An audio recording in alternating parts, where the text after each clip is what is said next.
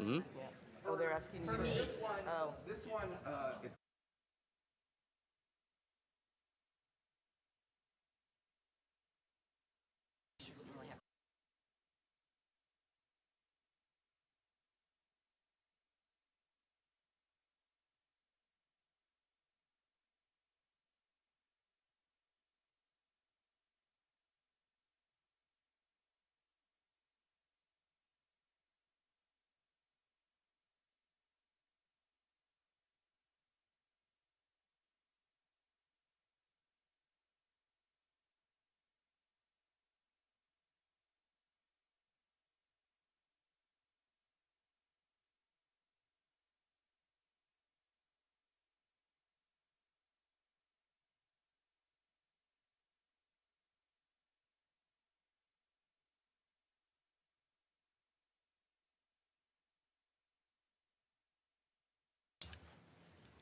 Good morning, everyone.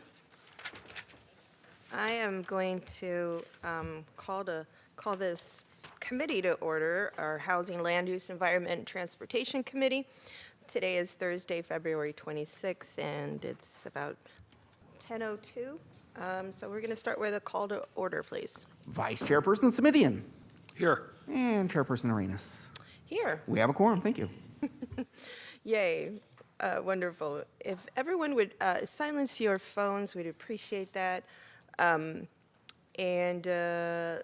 we already established quorum, we're going to move on to item number 2, which is next on our agenda, and that is public comment. And this is where anyone can share comments about anything not on our today's agenda.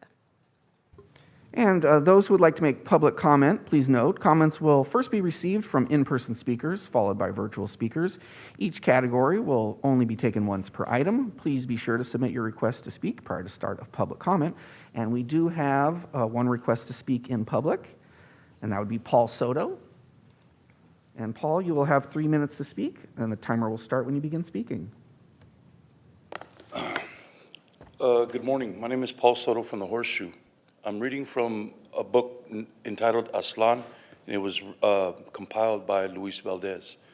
The dignity of the farm worker. For nearly all people, there is a thing that is more important than money. It is a thing called dignity or self-respect or honor, and it shows itself in many ways. Sometimes it is shown by the man who will fight when he is insulted. We who are the farm workers have been insulted. We have seen our lives treated like cattle. We have seen how they have taken the work of our hands and bodies and made themselves rich while we were left with empty hands between earth and sky. We have seen our children treated as inferiors in the schools. We have seen in the face of the cop our inequality before the law. We have known what it is like to be less respected, to be unwanted, and to live in a world which did not belong to us.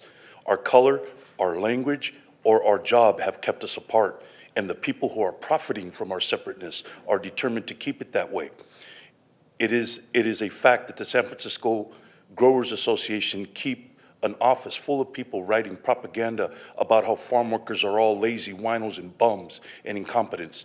There's money to be made in the advancement of these lies. We who are picking the grapes and the peaches and the tomatoes, which are the lifeblood of California, are soon going to share in the richness we have made. The little fights against the little grower and the contractor that you read about today are only the beginning.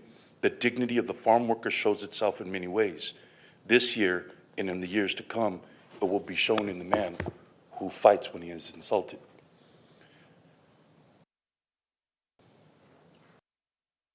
The Fifth Amendment states that you cannot deprive somebody of property, life, liberty, or property without just compensation. I'm posing that a legal argument can be made that property was taken from the Mexicano by force of law. Property that he was actually, actually entitled to, but deprived of by law. So there's a violation of the Fifth Amendment with respect to land use issues. That's why I'm saying it here. This is the proper body for that. Is that when you deprive somebody of property, this is property that they normally would have had for the future, which means that my inheritance, I'm deprived, and my inheritance is sitting in equity in the red line districts of this city. and this county, because it was Peter Burnett who gave the speech that stated that the extermination of the Native American is to be expected. He gave that speech here in 1851. The county of Santa Clara was incorporated as a county in 1850. That means the racist ideologies that have infected like a disease, because racism is a disease. Dr. Sarah Cody had stated that it's a public health issue. So it is a disease, and it infects the body, the soul, and the ability of the people that work the land to live in that very land. And that concludes the in-person public comment. We do have a virtual comment. Next speaker is Blair Beekman. Please accept the unmute. You'll have 3 minutes to speak, and the timer will start when you begin speaking. Hi, Blair Beekman here. Thanks a lot for the meeting today. Thanks a lot for the words of Paul Soto. He's offering an interesting subject matter that was kind of being discussed at public comment at recent San Jose City Council meetings. I feel that was really interesting public comment that Paul is adding to that I thank you very much for. For myself, I just wanted to try to comment on there is just an issue within local governments in the Bay Area and across the U.S. Trying to address the future of international relations that I'm finding really hurtful and imposing, and it's not really. They have things to do. That we have to be protecting our cybersecurity issues. We have to be questioning the practices of voting rights procedures in this country in comparison to what Russia is doing and what China is doing within this country. I mean, I understand you have to go through procedures and good practices to protect, to defend ourselves, and I don't at all want to diminish that, but there has to be a give and take in this, and there has to be, when we're doing that sort of work, there has to be ways that we have to be open how to discuss our good selves, our relationships, our good relationships. And that's really lacking in our conversation these days in the open forum, in the public space. All it is just a continual beratement of how bad these countries are when they're not. And we have to really bring out what's our good selves and what's our better practices and better beliefs and what we share and work towards together as nations. And I really hope that this is taken to heart in how we develop the future of our cybersecurity policies. Used to want to practice open public policies with cybersecurity, simple guidelines, simple steps that you no longer do because you're committed to the concepts of war and being so strong and determined that you're willing to negate just our better selves and our better practices and to make that clear to young people and to everybody, what is our better selves? You're so determined to be big and strong that you're not willing to offer our decency. And that's how we build our mental health. That's how we build our good future and peace. Sorry to be so upfront, but thanks for your time and patience in hearing me out. And I hope this can be really taken to heart by our county. Thank you. And that concludes our request to speak, both in person and online. Thank you so much. We are going to move to approve consent calendar and changes to the committee's agenda. So I'm just going to start by saying items removed from the consent calendar will be considered at the end of the regular agenda for discussion, and the committee may also add items on the regular agenda to the consent calendar. This is a notice to our public, and there is no separate discussions of consent calendar items, and the recommended actions are voted all in one motion. If an item is approved on the consent vote, the specific action recommended by staff is adopted. Members of the public who wish to address the committee on consent calendar items should comment under this item, and each speaker is limited depending on the number of folks who want to speak. So we are going to, I would like to hear a motion. I know that we already have items 9, 10, 11, and 12. Vice Chair Simidian, do you have any changes to the consent calendar? I do not, Madam Chair. Wonderful. I actually do. I'd like to see if we can, excuse me. Well, actually, you know what? I don't. I will leave all alone and hopefully just request to hear items 5 and 6 together.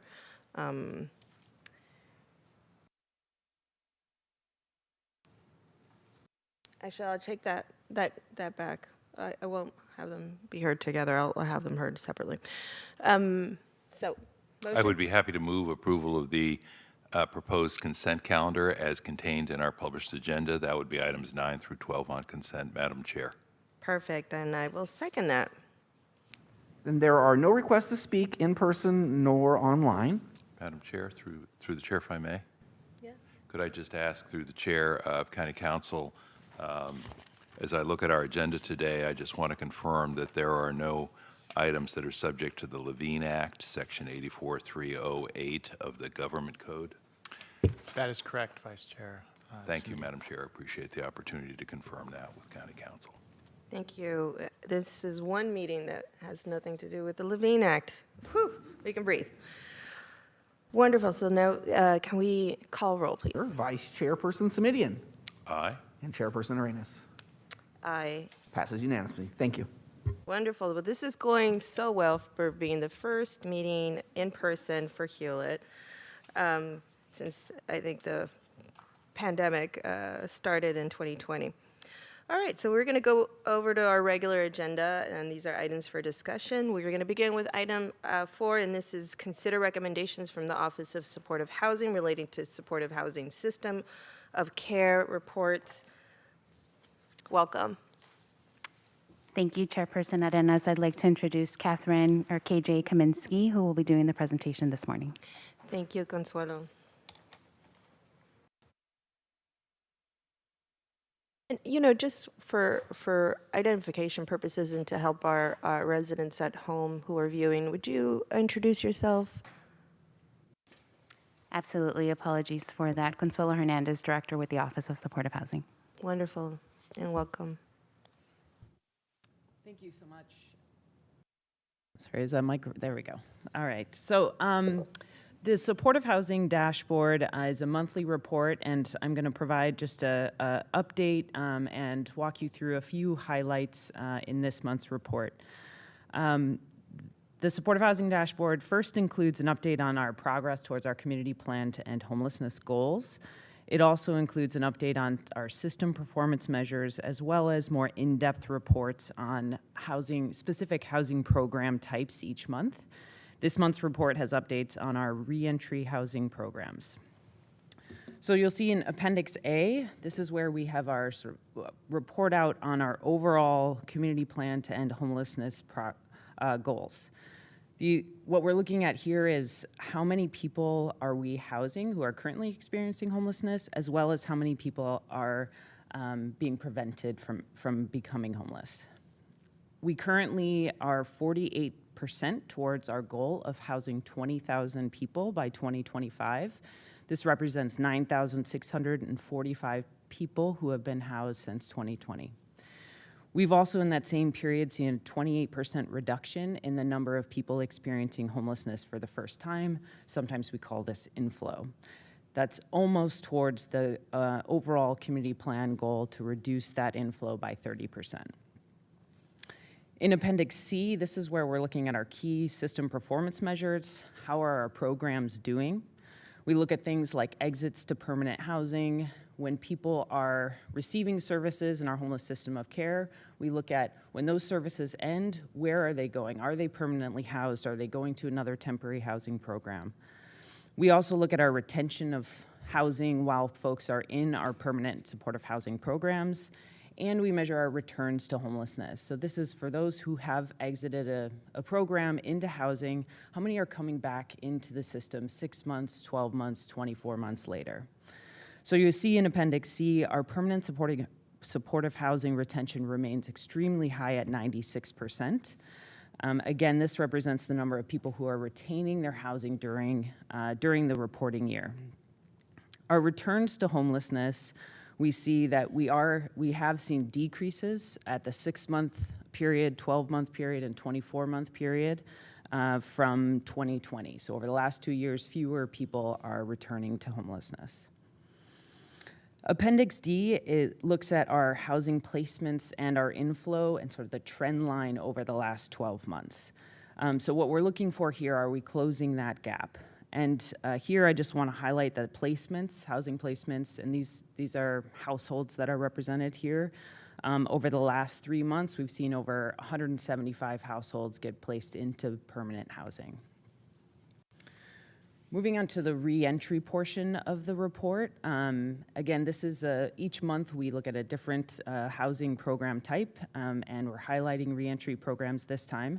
It includes emergency financial assistance programs, as well as 2 rapid rehousing programs that are designed to support individuals with involvement in the criminal legal system. So Appendix E shows sort of who's being served and the level of need, and you'll see that about half of the people accessing services at the Reentry Resource Center in 2022 were experiencing homelessness.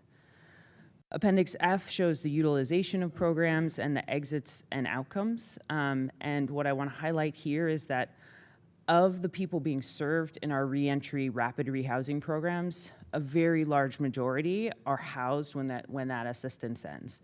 So for the rapid rehousing exceptions program, we see 86% are leaving that program and are permanently housed. For the minimal to rapid rehousing program, that outcome is 91% achieving permanent housing. So this demonstrates the great work of these 2 programs. I want to thank you for the opportunity to share these highlights, and I'm happy to take questions. Thank you so much. Do we have any public comment? We do have a request to speak. Paul Soto, please approach the podium. And you will have 2 minutes to speak. Thank you.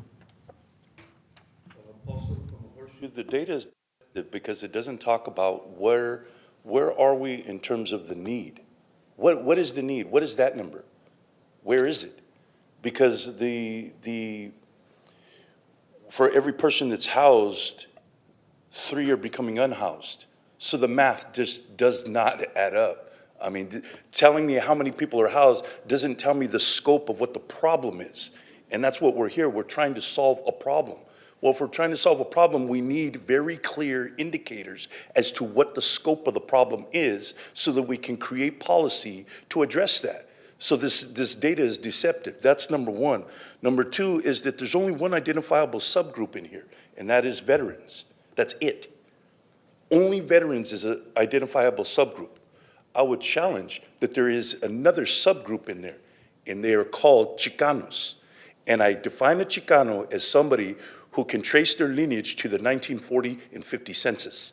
That is a Chicano, because these are the people that had experienced the generational impacts, both economic, political, and social impacts of the redlining map of 1939.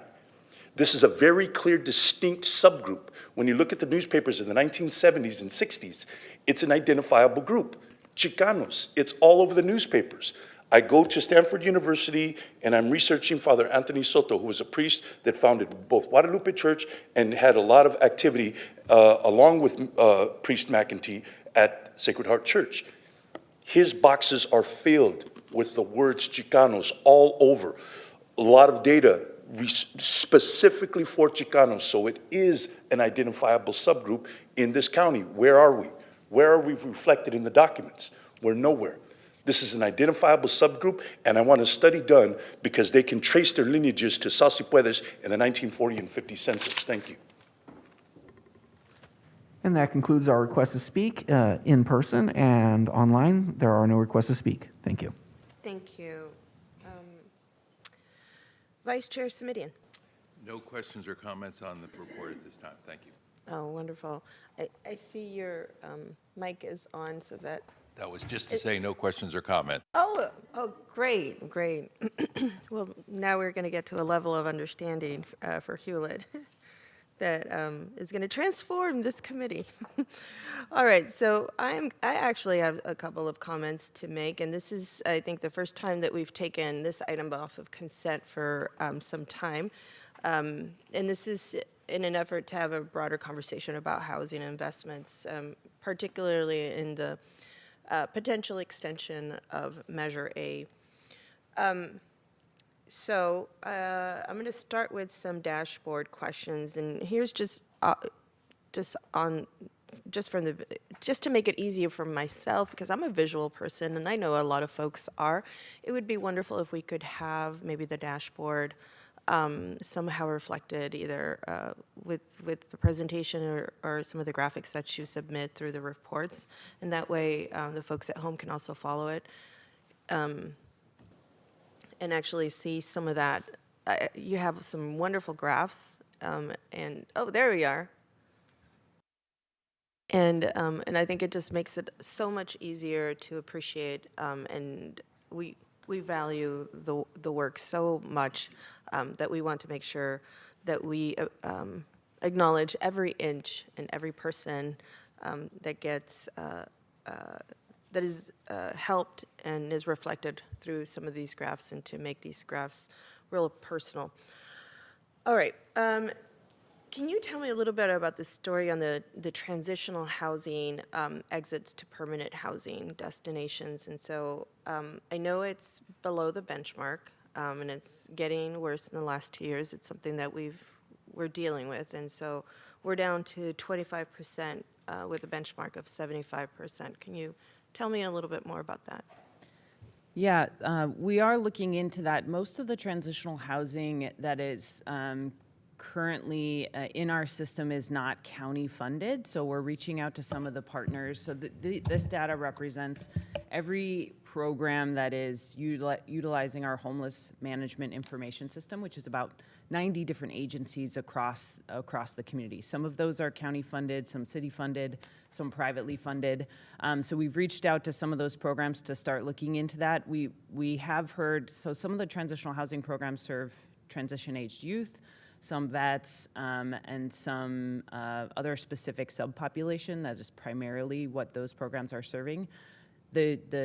We heard back from the transition-aged youth programs that those outcomes are much higher than the overall average. So now we're looking into the other programs to see if there's any identifiable reason or trend that we can better understand. So we'd be happy to include that in next month's report. That would be wonderful. And when do you think that you'll be able to reflect what you're going to collect from stakeholders outside of the county service system? Could you repeat the question? Sure. So you said that we are not the only ones this is transitional services is not only county funded. It's funded by nonprofits. It's funded by the city of San Jose. It's funded by many other folks. Is that data collected on an ongoing basis accurately? We do measure we have data quality standards that we measure and track. And so for contracted county services, if they fall below those data quality standards, we follow up and monitor those regularly.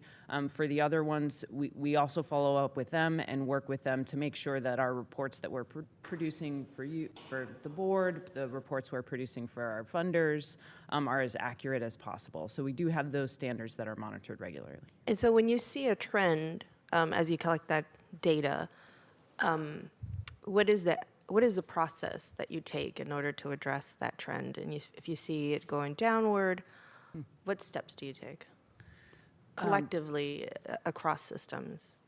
Sure, thanks for the question. So the first thing we would look at is data quality. What's being entered in the database, is it accurate? And are we getting regular updates? We have standards for how quickly that data is entered. The second thing we would do is look at program by program. So these are showing system level measures by program type. So if it's a permanent supportive housing outcome, it's going to include dozens of programs across our system. And so we would look at break it down by each individual program. And if we're seeing things that are programs that are well below the benchmarks, we would reach out to those providers and try to get a better understanding of what's going on within that individual program. So we would do that for any type of outcome, and then work with them to address it, whether it's a programmatic issue, a data entry issue, whatever we find out, we would provide technical assistance if needed, or potentially amend a contract to add services or other resources if it's a resource issue. And what has been done for this particular area? For this, we've seen that it's gone down to 25%. So for transitional housing, we are, as I mentioned, we're sort of in the phase of doing some looking into it, but program by program, and reaching out to those individual programs who are falling below the benchmark to try to address it with them. And in the next, one of the special reports that we do is temporary housing. So that one will go into a bit more detail on transitional housing and Got it. emergency shelter, and we can provide updates on sort of what we're seeing, why those trends are going down in that report. Thank you. Thank you. I really appreciate that. Okay, I'm going to move on to reentry service questions. This is a little bit for Consuelo, if you would share with me a little bit about what other counties are doing to support reentry housing. Thank you, Chairperson Arenas, for the opportunity. What we're seeing is more on the policy side. I think in Santa Clara County, we by far have advanced a lot of the housing programs, specifically in coordination with the Office of Reentry Services. But for instance, in Alameda County, they most recently adopted a policy around not allowing discrimination against people who have criminal background, and not requiring background checks, if you will, if you want to rent an apartment. So I think the growth or the opportunities on the policy side. Yeah, I'm really interested in learning more about that. I think it's pivotal that we support folks who are going through reentry, as we all know that that's one of the most difficult ways one of the most important ways, and a difficult thing to do is to stabilize folks as they are exiting, and reduce recidivism when you have housing as stable housing. I'd love to explore that, and maybe this is something that I'm hoping that you can bring back at a future meeting. All right. Do we know what % of those currently homeless in our system have criminal records? Do we know that so far? We saw that in Oakland, it was about like 73%. I don't have that information in this particular report. We do measure that in a couple of ways. So we ask in the housing assessment process, we ask if there is, if the individual being assessed has has past experience with the criminal legal system. We also, it is a question that is asked in our point-in-time count survey that's follows we recently did the point-in-time count in late January. We have folks with lived experience of homelessness out now doing surveys with, we hope to get to about 1,000 surveys, and so that's another data point that we could include or provide in the future. That would be wonderful. I think that the more we know about how, we already know this, but I think we just need to make sure that our data continues to tell us what we already know is important to folks, and that is stability as they exit through the jail or prison systems. All right. I'm going to move on to ask about the best way that I can request for the Office of Supportive Housing to look into the potential policy that would open doors. I know I'm asking for some of that information to come back. Maybe we can include some of that in our point-in-time count so that we can begin to understand the issue and how our system is impacted by folks who have criminal records. But if we were to just make an assumption, we know it's at least the 70%, if not more. We are no different than any other county. And so, Sylvia, how can we bring this back for, like I said, for potential policy solutions? So Chairperson Arenas, if How can- oh, I'm Tony sorry. Lopresti, the potential to bring forward a policy that would prohibit discrimination on the basis of criminal background would be best brought to the full Board of Supervisors first as a referral. And then from there could come to Hewlett, but wouldn't be right for it to come to Hewlett first. I see. Okay. Well, I think we can begin to develop some of just the baseline information that we need so that we can take it on to the full board. I don't intend to approve. That is not my intention, is to approve but it is to develop policy within committees. I think that's part of the responsibility and the role of the committees, but certainly not in a vacuum and outside of the full board. I still would like for it to continue on and be vetted through the full board and accepted by the full board, but I would like for us to initiate these kinds of policies that are exclusive to the committees that understand it, and this is where these discussions need to be. So I would like to learn how rather than not, and so I'll leave that there, but we can have an offline conversation about this. All right, I think those are the end of my questions. Thank you so much for all of the information. Thank you for putting that graphic up. It was or the flow chart up for the dashboard. I really appreciate it. And with that, I'd love to hear a motion. Move approval of the recommended action as contained in item 4A and 4B, which is simply to receive the monthly report relating to supportive housing system dashboard and receive semi-annual report relating to reentry housing programs. Wonderful. Thank you so much. And second. I got ahead of myself. Vice Chairperson Semidion. Aye. And Chairperson Arenas. There I go. Aye. That passes unanimously. Thank you. Wonderful. Okay, so we are going to move on to item 5. This is the annual implementation report on IDD, and that is for extremely low and low-income persons with intellectual or developmental disabilities. Thank you, Chairperson Arenas. For this report, I'd like to introduce Natalie Monk. Natalie Monk is our Housing and Community Development Division Director. Go ahead, Natalie. Thanks, Consuelo. The board has identified $40 million for the development of housing for individuals with intellectual and/or developmental disabilities and their families in 4 tranches of funding. To date, the board has allocated $26.6 million to support the development of 6 projects. These projects collectively include 577 affordable units, including 120 units, which are set aside for extremely low income and very low income persons with intellectual and/or developmental disabilities.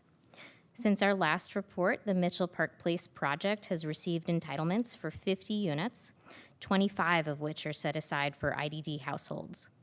In addition, the board has committed $4 million in IDD funds to the Mill on Main project in Milpitas. This proposed transit-oriented development is entitled for 220 total units, 20 of which are set aside for IDD households, and 24 of which are set aside for households in need of rapid rehousing. As a reminder, in November 2021, the board approved updated NOFA guidelines, which included amending Type 3 projects to have between 10 and 25% of the units be set aside for IDD housing. This change aligned with feedback from the IDD community to increase choice for IDD households and to create more integrated communities. As a result, we've been starting to see a greater number of projects being planned to include IDD units across the county. The county currently has $13.4 million in available IDD funding that has not been awarded.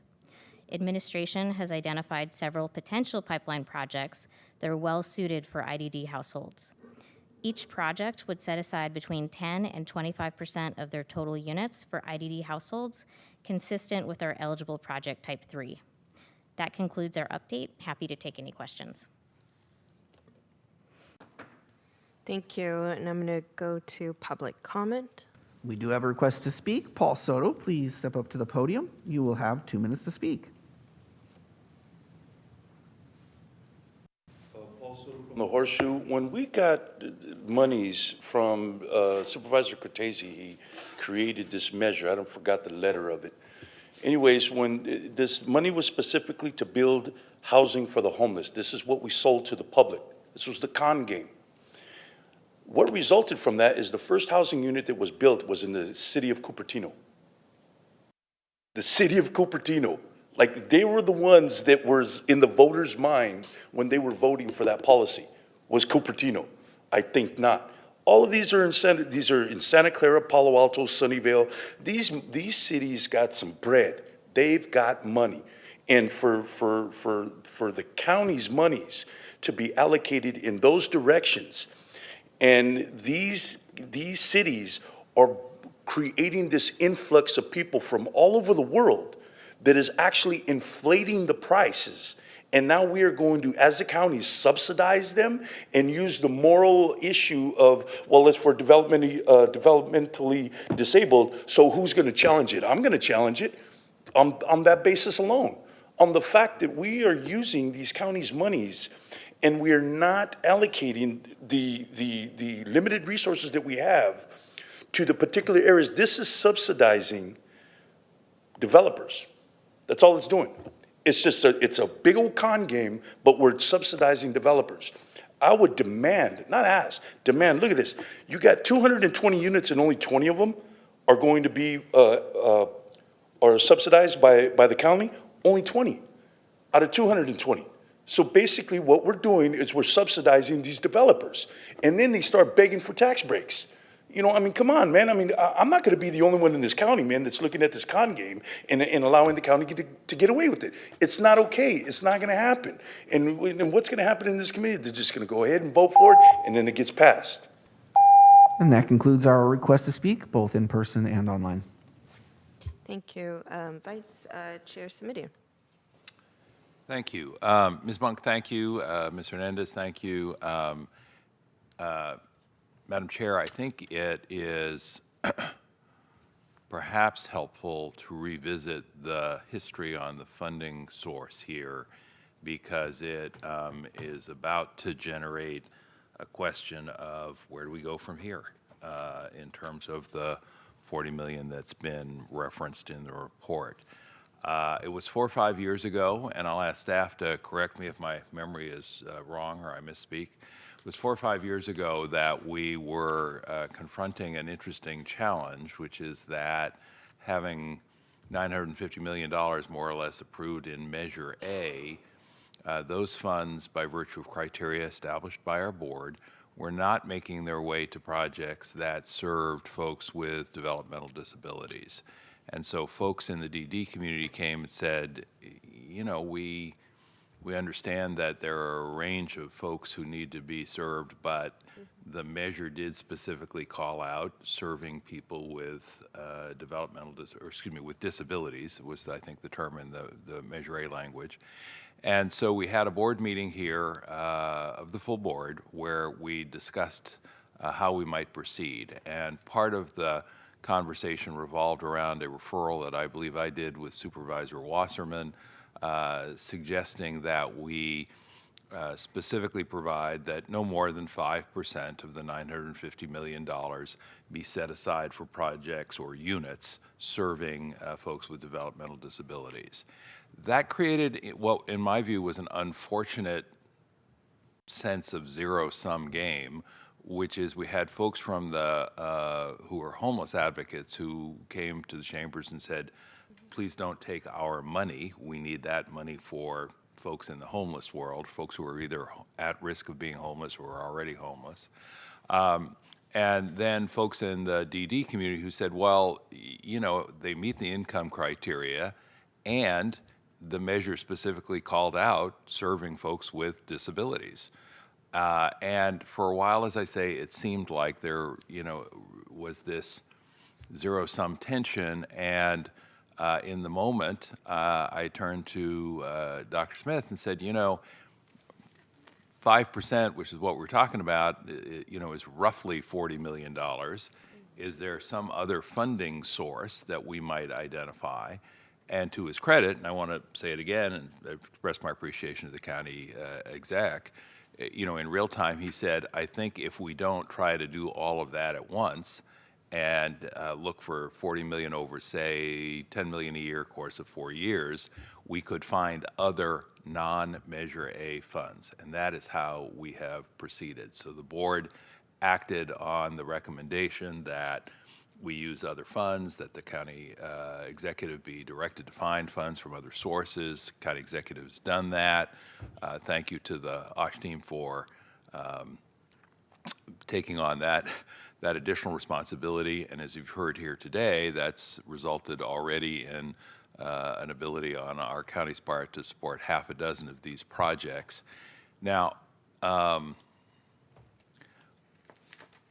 one of the developments that has been just interesting to me, and I just shared because it was something that I processed during that time, was that there was a growing tendency, and I think county staff, I'll look to Ms. Monk and see if I get a nod and a smile, there was a growing tendency in the IDD world to think that the best practice was to make sure that we didn't have projects that were all devoted to IDD clients or residents, but if we were serious about building a sense of community and making sure that folks in these units were part of the larger community, that the project should in fact be projects that had some significant number of units, often still affordable units, but that were not designated for IDD residents or clients. And I confronted this and became a little more knowledgeable when we were looking at a project in Palo Alto on county land, which is the next item up, and said, gee, we've got 50 units, can't we make more of them available to folks in the IDD world? 25 is a lot. As you can see from the list, it's more than the number of IDD units in other projects of appreciably greater size. And what I learned as part of that conversation was we don't think that's wise because the goal is to create a larger sense of inclusion and community, which is enhanced by having other units and other residents. And that I think has proven to be a wise counsel, and I think I understand that better today. So with that really long preface, Madam Chair, thank you.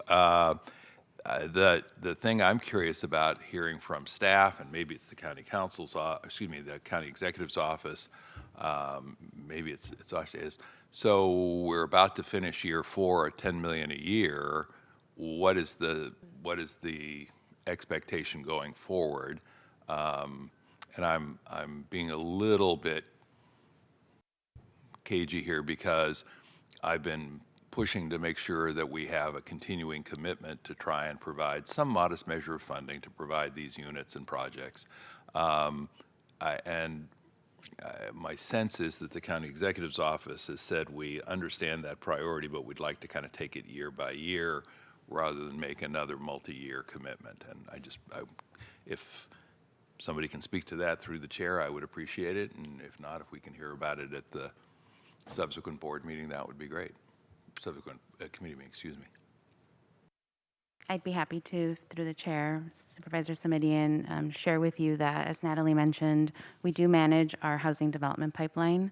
And part of the conversations that we've encouraged is from the development community to not always look at the funding source, but look more at what the intention is with the development. For instance, we held a community meeting in the city of Gilroy, and there were a number of community members that came out and spoke about the need for units that are set aside for families and individuals with an intellectual and developmental disability. And I think oftentimes we've, framed our developments by funding source rather than what the vision is for the site. So for instance, 8th and Alexander, people see that as a Measure A project, but actually it is a housing development that can have a vision that includes a set aside of units for IDD, previously unhoused. So from our perspective, we're looking at all of the funding sources that can be leveraged, and if there's a desire to set more ambitious goals around IDD, I think that's something we can go back and look at. All of the funding sources that is available, that we have under our control, how do we come back and make some recommendations around targets for those units? Just to be clear through the chair, if I may, the units we're talking about that serve folks in the IDD community are also exclusively for folks who are either very low income or extremely low income? That is correct, Supervisor. Yeah, and I think that's an important point to highlight because, we're not talking about below market rate for folks who are missing middle. We're not talking about moderate income. We're not talking about low income. We're talking about very low income and extremely low income folks who have the added challenge of being in the IDD category there. So I would just ask, as an individual board member, without any formal motion on that topic, Madam Chair, that County Executive's Office and OSH sort of continue to be mindful of what I think will be an ongoing need after the first 4 years of the $10 million a year project funding is completed, and come to us in the budget process with some articulation of where you want to go on all that, because I don't want to see it just sort of fall off the table. Thanks. Thank you, Madam Chair. And when you're ready, I'm ready to, why don't I just go ahead and offer a recommended action, which is to receive the report and say thank you. So moved. Second. Thank you. And thank you for taking me through some of that history. I know in total, we've already approved 6 and have a total of, I think, more or less 600 affordable housing and roughly 100 and something ELI and IDD within that 577. So I think the work has actually been stupendous. Where we actually have developers building this, it's wonderful when they're not opting out on just paying some fees, but actually breaking ground. That it makes a huge difference. And thank you, Vice Chair Simitian, for the work that you've done to make sure that the folks who have developmental or who have disabilities are included, and that you find some additional funding, because it's never enough, right? It's never enough. And then with this inflation, we know that the cost of development is just through the roof. Pun not intended, but now I appreciate it. And we've been hearing about the cost of development, especially, as I said, on council since I first began, and that was 6 years ago. And with inflation, I'm sure is just outrageous. I know that there was a comment about having a lot of these projects outside of San Jose, but there are projects that are IDD, that are housing IDD populations, and there's 2 in San Jose. There's the Kelsey and the Lamasi. But because they're not county funded, you all don't reflect that in your reports, correct?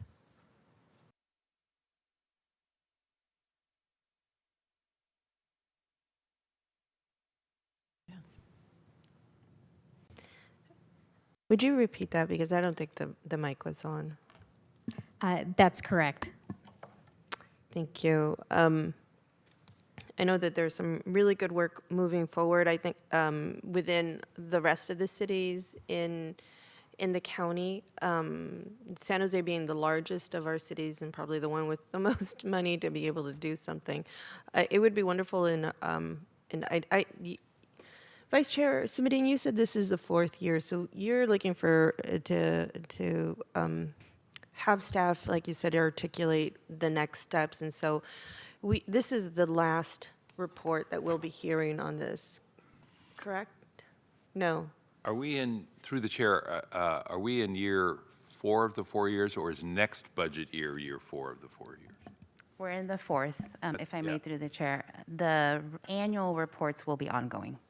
And through the chair, to address your question, so presumably there's only an annual report if there's funding and activity, and I'm just trying to make sure as we look at the budget for the coming year, which would be year 5, if there is a year 5, that the funding not go away. I have heard the county executive loud and clear about the fact that he anticipates tougher budget times. I get that, but I want to make sure that we continue to fund these projects to the extent that staff identifies projects that are worthy of support and serving the clients that we've identified in these categories.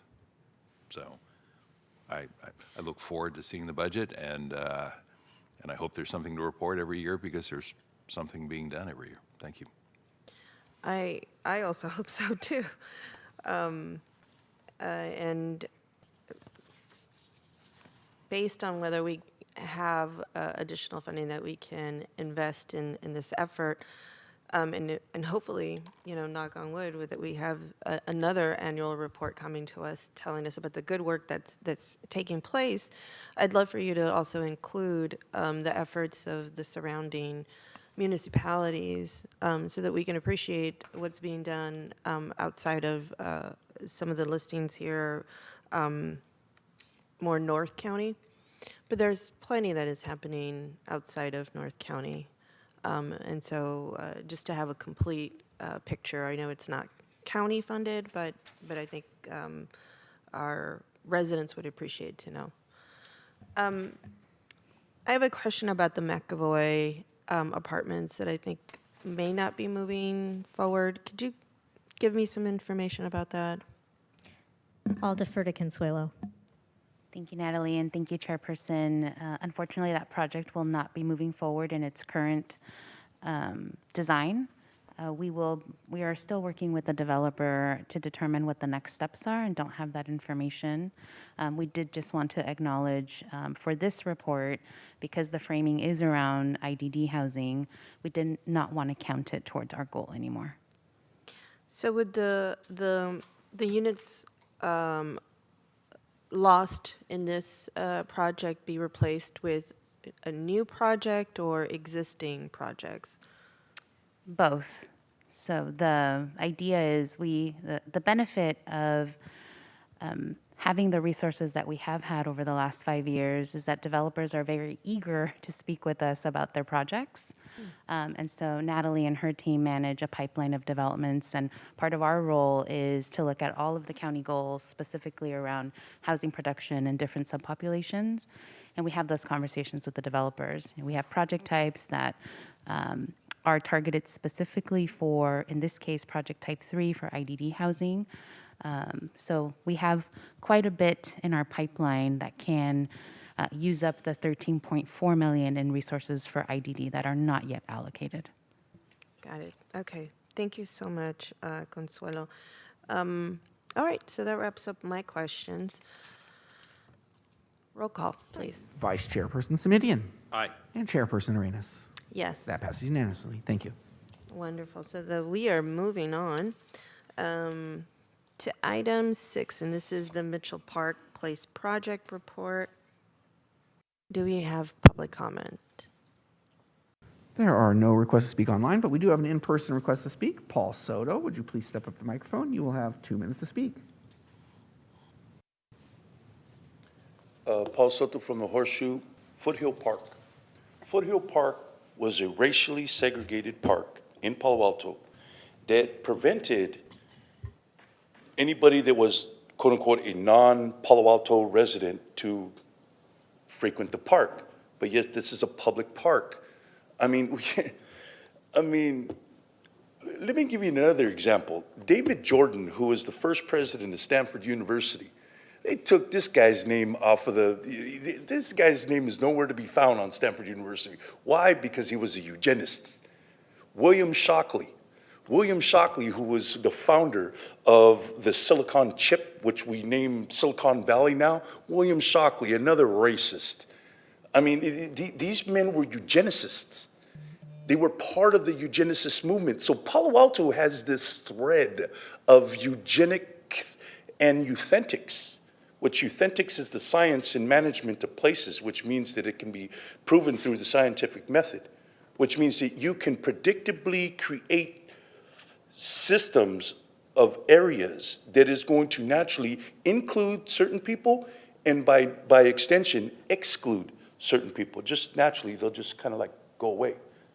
And so Foothill Park and this county spending money, and then in the next sentence talk about racial equity is a joke. It's a mock. It's just, I mean, we can't continue to do this, to mock what has happened to Chicanos and the campesinos from Salsipuedes that fomented three of the most powerful civil rights movements of the 20th century. The farm workers movement, the lowrider movement, and the Chicano movement. Those three have their birthplace right here in this county to challenge the kinds of policies that still exist in Palo Alto. So for this county to give money to Palo Alto for housing, and it still has policies like that. That concludes our request to speak. Thank you. So we are now going to hear the report from the Office of Supportive Housing relating to potential housing development at 525 Charleston Road in Palo Alto. And this is also referred to as the Mitchell Place. Mitchell Park Place. Mitchell Park, excuse me. Thank you. Thank you. County staff continues to partner with Eden Housing on the development of Mitchell Park Place, located at 525 East Charleston Road in Palo Alto. The county is beginning the demolition of the existing building on the site. A demolition ceremony was held yesterday, and demo work is expected to be complete in May. Eden submitted for building permits on September 2nd and has received a second set of comments from the City of Palo Alto. Eden is working on submitting a 9% tax credit application by April 25th, 2023. Administration anticipates bringing a request for additional funds for the project to the full board. The additional funds are intended to improve the competitiveness of the project's tax credit application. And that concludes our update. Happy to take any questions. Thank you for the presentation or the update. Vice Chair Simidian. Just a quick question to check my memory on this. Eden did make an earlier application for a state tax credit program and was denied, if I remember correctly, in part because of the sense at the state level that there should be a greater commitment of local funds, yes? It's correct that they previously applied and were rejected. Their scoring was not high enough to be awarded. Okay, thank you. And then the other thing, Madam Chair, is you're trying to organize our agendas going forward. I believe this is a monthly report that is on our agenda every month because I requested it. I requested it at a time when things were, I would say, in my judgment, a little bit stuck, and I was hoping that the committee reports would serve as a tool for accountability. I think they have largely served their purpose. So in your judgment as chair, I just want to say if you chose either to put them on consent or to simply skip the monthly report going forward, I would not have a problem with that. That's obviously your prerogative as chair of the committee trying to organize our agenda. Vice Chair Simidian, I would absolutely value your recommendation and would do either of those two things. So if you want to have a motion that reflects your preference, I would support either one. Thank you for the courtesy. And then what I would say is I move approval of item number 6, the recommended action, which is to receive report, and would simply ask that the reports be placed on our consent calendar on subsequent agendas so that they could be pulled off consent if there was some need to say, hey, what's going on, or how can we help? Wonderful, and thank you for a second, and thank you for shepherding this project and asking for accountability as our residents demand that of us as well. Thank you. Roll call, please. Vice Chairperson Simidian. Aye. And Chairperson Arenas. Yes. That passes unanimously. Thank you. Wonderful. So we are going to move on to item number 7, and this is Receiving the report from the Office of County Council and Clerk of the Board relating to the implementation of ordinance number NS 19.43 regarding disclosure of lobbying activity related to land use applications. Welcome. Chairperson Arenas, if I may. I'd like to introduce Lead Deputy County Counsel Elizabeth Pianka to present on behalf of CCO. And if I may, this might be a good time to just note that Ms. Pianka will be taking on the role of Assistant County Counsel starting next Monday and will be County Counsel's point person on Hewlett. So congratulations to her, and looking forward to her serving this committee.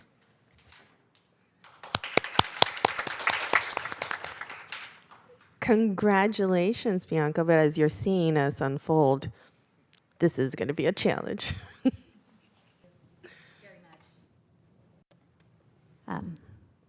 Thank you. My name is Elizabeth Pianka. I'm a lead deputy county counsel. I'm here today with Curtis Boone, assistant clerk of the board, and we're here to present a report back on implementation of the land use lobbyist disclosure ordinance. We do have a short presentation for you.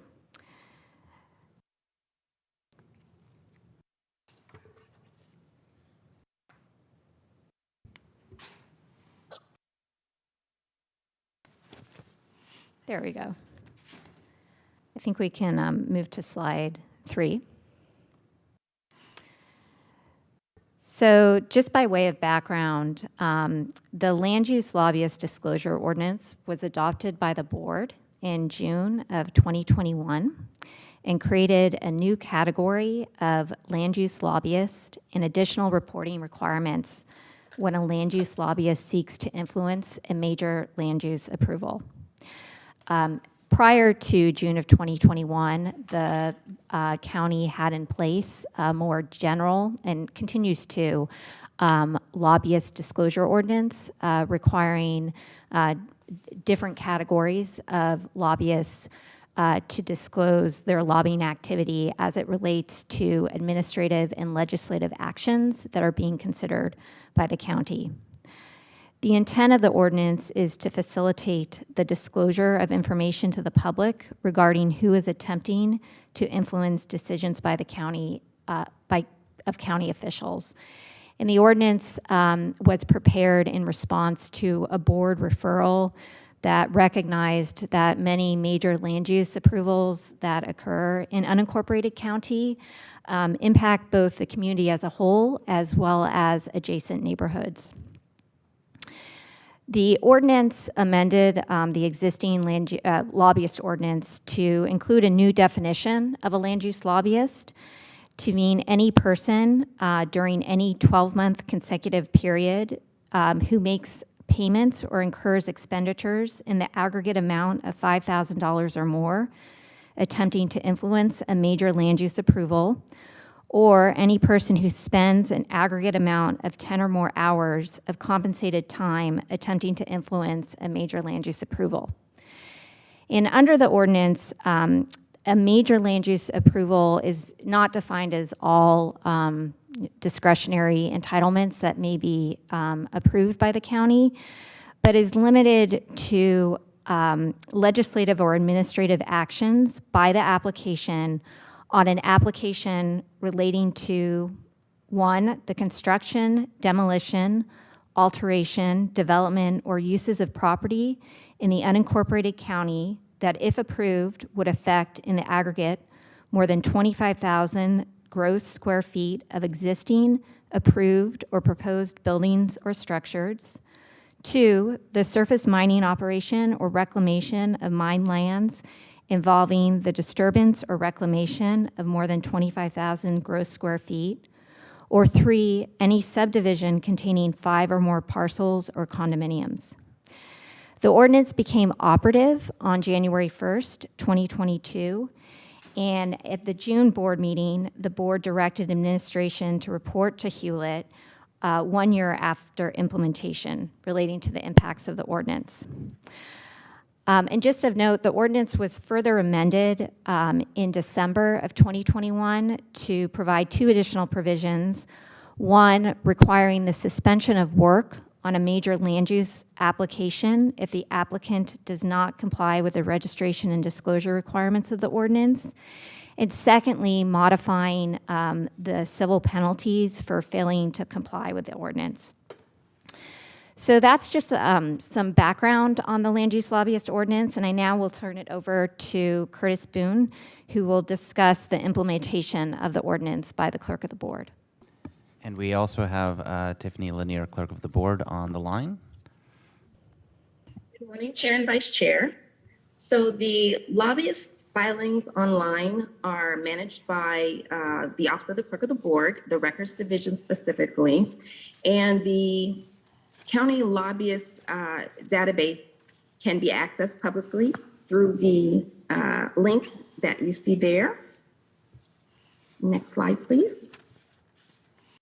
So the information collected through the lobbyist disclosure report includes the type of reporting filed, category of lobbyist, lobbyist contact information, description of lobbyist organization, the lobbyist contact sheet, current and former client list, the contract, lobbyist business purpose, employee engaged in lobby activity, client information, major land use approval, lobbying activities, and lobbying fees and verification. Next slide, please.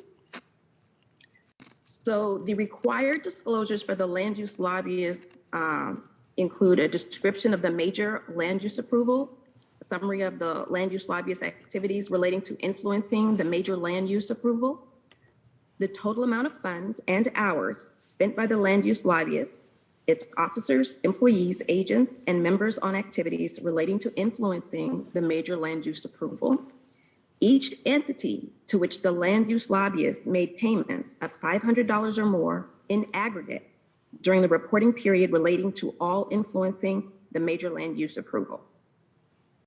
All contacts with public officials relating to influencing the major land use approval, all contacts by the land use lobbyist with public officials for the purpose of influencing the major land use approval, and the client, if any, on whose behalf the land use lobbyist sought to influence the major land use approval. Next slide, please. So for the land use lobbyist filings in the filing period of 2022, the Records Division received a total of 5 land use lobbyist filings, including 2 filings each from 2 separate filers, plus 1 filer with a single filing. And the full report is publicly accessible online at the following link. Next slide, please. So the impacts of the ordinance in 2022, neither the Planning Commission nor the Board of Supervisors considered a land use application qualifying as a major land use approval under the ordinance. And there were also no reportable violations of the ordinance in 2022. And we are open to questions if you should have any. Thank you. Thank you. Did we already have public comment on this? We do have a request to speak that we have not called yet. Thank you. We may go to public comment, please. All right, the next speaker is Paul Soto. Please step up to the podium. You will have 2 minutes to speak. Thank you. Paul Soto from the Horseshoe. The corruption that's going to start going on within the nonprofit industry is going to increase, especially with COPA. You see, because the nonprofit doesn't have to report any donors, the nonprofit doesn't have to report any kind of lobbying activity that is conducted with the politicians. Let me give an example. Is Somos Mayfair all of a sudden, has become really involved in the development industry. I mean, where did they get this money?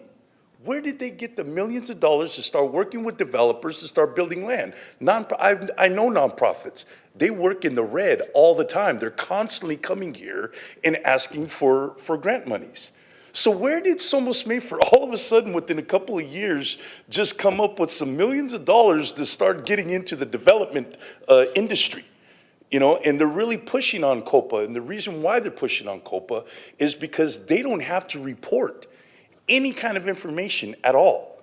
I know this for a fact because when I discovered what was going on within Somos Mayfair, Silicon Valley Rising, and working partnerships, 4 bullets were fired at me. 4.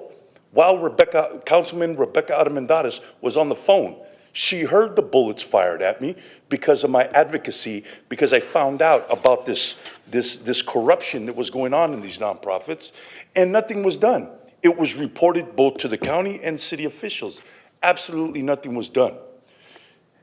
18 months later, 2 boys are murdered at her house and 4 kids shot.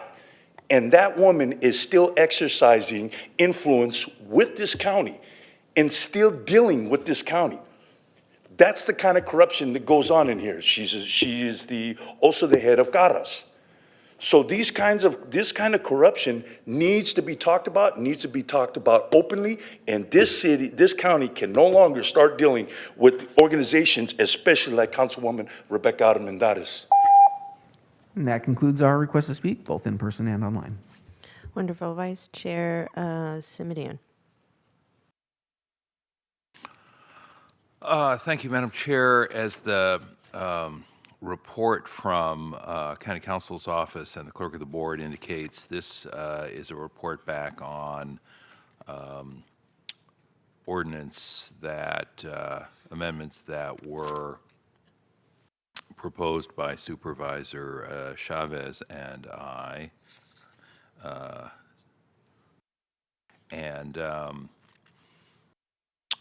My recollection, and perhaps staff can help me on this, is that when we, at some point in the process, one or more members of the board said, sounds okay, but let's just have a report back and make sure that it's not creating any unintended consequences or problems that we hadn't anticipated. And this is that report back, which I hear as, no, it's not creating any problems we hadn't anticipated. Is that a fair summary of where we are, Ms. Bianca? Elizabeth Pianca, that is correct. It was a request when the board first considered the first amendments to the ordinance in June of 2021 for a report back 1 year following the operative date. And the ordinance took effect January 1st, 2022. Thank you. Okay. Then, Madam Chair, I will just say I continue to think there is value in having these regulations on the books. The ordinance on the books does not appear to have created any unanticipated problems. It's relatively narrowly crafted, and I appreciate the work of County Council when we were crafting the language to make sure that it does what it was supposed to do. So I'm perfectly prepared to move approval of the recommended action, which is to receive the report on item number 7. Second. And let's take a roll call of that. All right, Vice Chairperson Simitian. Aye. And Chairperson Arenas. Yes. Motion passes. Thank you. Wonderful. So now we're going to move to item number 8, and this is receiving a report from the Office of Supportive Housing relating to managing, amending, and enforcing ground leases in connection with housing development projects. So we're back to the Office of Supportive Housing. Thank you, Chairperson Arenas. And while the OSH staff sit, I wanted to provide a little bit of background. When the housing bond was passed and we developed our first set of guidelines and notice of funding availability, one of the requests from the board at the time was that we negotiate, when possible, the acquisition of a property to ensure that it stays affordable for a long period of time and beyond the typical 55 years that is normal with affordable housing developments. And there was a request from the board to report through Hewlett the properties very clearly articulated in a report where we have acquired the property and entered into a long-term ground lease, where we have negotiated an option agreement, or in the case of the earlier presentation, where it's a piece of property the county already owns, but it was identified for housing development. Just to give you a bit of background and framing, and now I'll defer back to Natalie Monk. Thanks, Consuelo. On January 25th, 2022, the board approved the establishment of a rolling schedule for housing developments in which the county has entered into ground lease agreements so that administration can manage these agreements. This action also approved a delegation of authority set to expire on December 31st, 2026, in connection with 14 housing development projects. This is the first annual report on the county's housing developments which have executed a ground lease within the last year. Between January 1st, 2022 and January 31st, 2023, the county entered into ground leases for the following projects: Kiefer Senior Apartments, La Avenida Apartments, Mariposa Place, Roosevelt Park Apartments, Royal Oak Village, and Vitalia Apartments. Collectively, these 6 developments will provide 492 new affordable and supportive housing units, and these projects are currently under construction now and are estimated to be complete between July 2023 and July 2024. Attachments A and B of the report provide more information on the land ownership status of our projects. To summarize, we have 18 projects which are funded by our housing bond with ground leases, 15 housing bond projects with an option agreement, 13 housing bond projects which we will not acquire, primarily because they're owned by other government agencies, 20 housing bond projects which are county-led developments, and 4 county-owned sites which are not housing bond funded. And that concludes our update. Happy to take questions. Thank you. We're going to go to public comment on this. There are no requests to speak in person or online. Great. All right. We are, we're just going to consider a motion, as I have no comments myself. Move approval of the recommended action, which is to receive the report. Second. And Vice A roll Chairperson call. Simitian. And Chairperson Arenas. yes. Motion passes. Thank you. Wonderful. All right. So we are just moving forward on this, and I think this is our last item, as everything else was on consent, items 9 through 12. So I'm adjourning our first Housing, Land Use, Environment, and Transportation Committee for 2023. Congratulations, everyone. We did it. We did it. Woo! All right. So just expect to see our agenda be slightly different than from past chairs, as we all have different styles and priorities and focus. And so I just appreciate your flexibility as well as your patience. And I look forward to next month. Thank you, everyone. Have a wonderful day.